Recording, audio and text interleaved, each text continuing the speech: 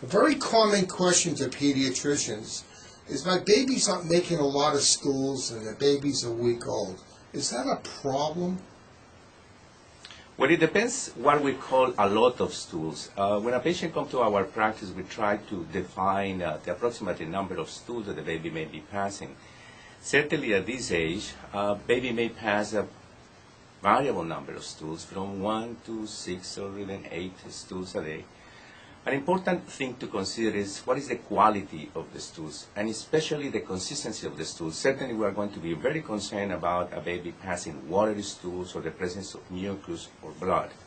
But if the baby didn't make a stool for a day or two, is that a problem? No, that's certainly not a problem, except if this absence of passage stool is complicated by the presence of any other symptoms, such as abdominal distension, vomiting, persistent irritability of the child. That could mean that there is something else. But otherwise, if the baby is doing very well and is eating properly and interact very well with the family, there is no reason for concern. As long as the kid had passed the stool before, and if the kid makes stools that come out in the soft or not hard, it's usually not a problem. Is that true? That's right. Okay. If for some reason the stools come out extremely hard, is that a problem? Well, it can be a problem for the baby, certainly. When the babies becomes, when the stools becomes very hard, and they may be difficult to pass. Okay.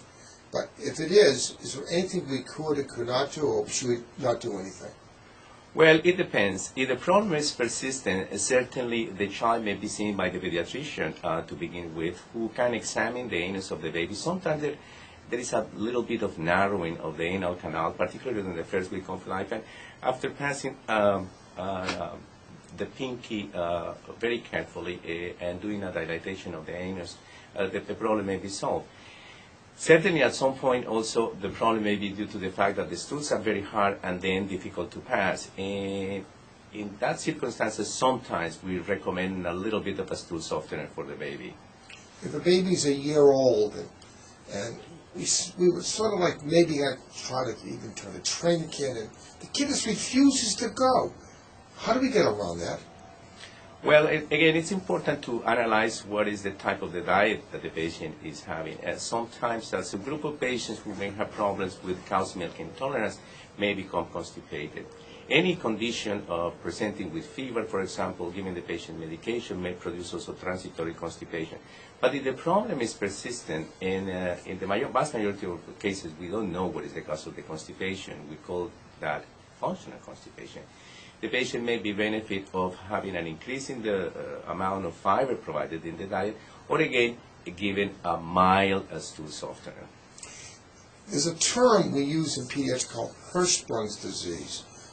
What is Hirschsprung's disease? Well, in the intestine, along with cells that absorb the food and water, we have also cells like in the muscles, because that's why the intestine moves and the food is propulsed from the mouth through the anus. And then in order to have these muscle cells moving, we need also some cells, neurons, that are the same cells that we have in the brain. So in Hirschsprung disease, there is an absence of these cells that are similar to the cells that we have in the brain in a segment of the intestine, most commonly in a segment of the colon or even the totality of the colon. In such a case, then that part of the intestine lacking those cells is not going to move properly, and then the patient may be seriously constipated. How do these kids usually present to a pediatrician? Well, most commonly, the patient may present really very early in life. During the first day of life, they can have problem passing the stools of the babies, called meconium, this thick, very dark green material that are the first stools of the baby. And then the patient may have problems with that. And if the baby has problems passing that stool, certainly the patient may present with abdominal distension, vomiting, or any other complications. Subsequently, also the patient may present with chronic constipation, and certainly I'm always concerned about a baby that presented with constipation from the very beginning, and Hirschsprung disease is a condition to be ruled out. How do you diagnose Hirschsprung disease? Well, first of all, as we say commonly, particularly when we are teaching rest in a student, it's very important the medical history. So in that particular case, the parents are going to be extremely helpful trying to give us the maximum of information. So if the baby has had problem with constipation since very early in life, certainly, again, this is a diagnosis to be considered. The physical exam may also suggest Hirschsprung disease if there is persistent abdominal distension, and particularly if at the time that the pediatrician or the pediatric gastroenterologist perform a rectal exam, we find an increase, an enhanced tone of the anal sphincter. That may suggest that condition. Okay, if you think the kid has it, do you ever do a biopsy on the kid? A rectal biopsy is a test to perform in these patients because most commonly we are going to observe an absence of this neuronal cells that we call ganglion cells in the rectum. So the procedures involve passing a small cannula through the anus of the baby, and by a special mechanism with a suction device, then we take teeny tiny pieces of the rectum, and we call that biopsies, to be examined by the pathologist. And who then, after performing the proper histological test, the pathologist can tell us about the absence of the presence of those neuronal cells or ganglion cells. If there is absence of the ganglion cells, certainly this is a strong argument in favor of the diagnosis of Hirschsprung disease. And if we do find it, it's usually corrected with a surgery? That's right.